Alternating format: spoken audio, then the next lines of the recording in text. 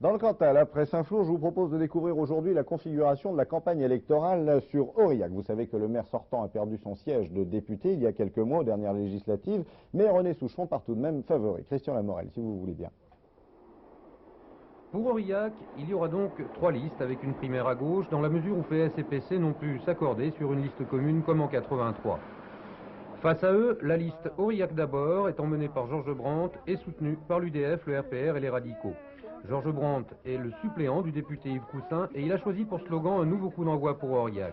Il estime qu'actuellement la ville manque de projets, il refuse de baisser les bras par rapport au problème de l'emploi et veut donner une image dynamique et sportive. Je veux donner surtout l'image d'un homme qui aime son département, qui, si vous voulez, en 10 ans, je suis chef d'entreprise. Mon entreprise avait 9 emplois il y a une dizaine d'années. Nous sommes aujourd'hui 49 dans l'entreprise et on peut créer des emplois sur le département. Moi, ce qui m'intéresse, c'est de développer la ville d'Aurillac. Effectivement, je ne suis pas à la poursuite d'une carrière politique.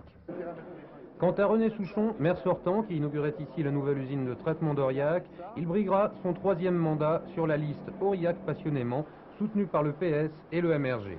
Il compte sur son image d'homme d'expérience, qui peut également compter sur de sérieux appuis au gouvernement en développant un thème gagné pour mieux partager. Aurillac passionnément, cela veut dire, parce que je suis maire depuis 12 ans, qu'il y a en fait une grande passion entre le maire et sa ville, une histoire d'amour si vous le voulez, et que je souhaite que ça dure, et on verra si les Aurillacoises et les Aurillacois le souhaitent aussi.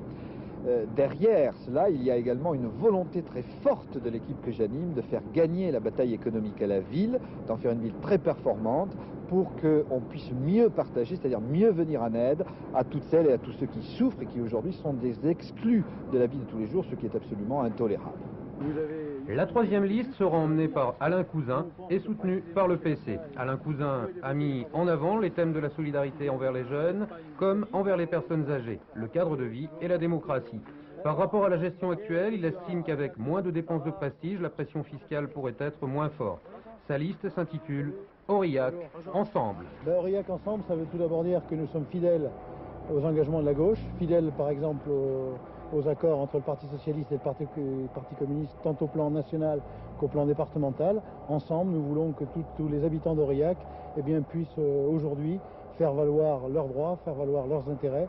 C'est la raison pour laquelle nous avons baptisé notre liste Aurillac Ensemble, parce que nos 2 axes principaux, c'est d'abord la solidarité et c'est ensuite l'environnement, le cadre de vie d'Aurillac qu'il faut préserver, améliorer. Si l'on prend les chiffres des dernières élections avec la primaire à gauche, il ne serait pas surprenant de voir un 2e tour à Aurillac. Toutefois, mathématiques et politique ne font pas toujours bon ménage. Réponse, le 12 mars.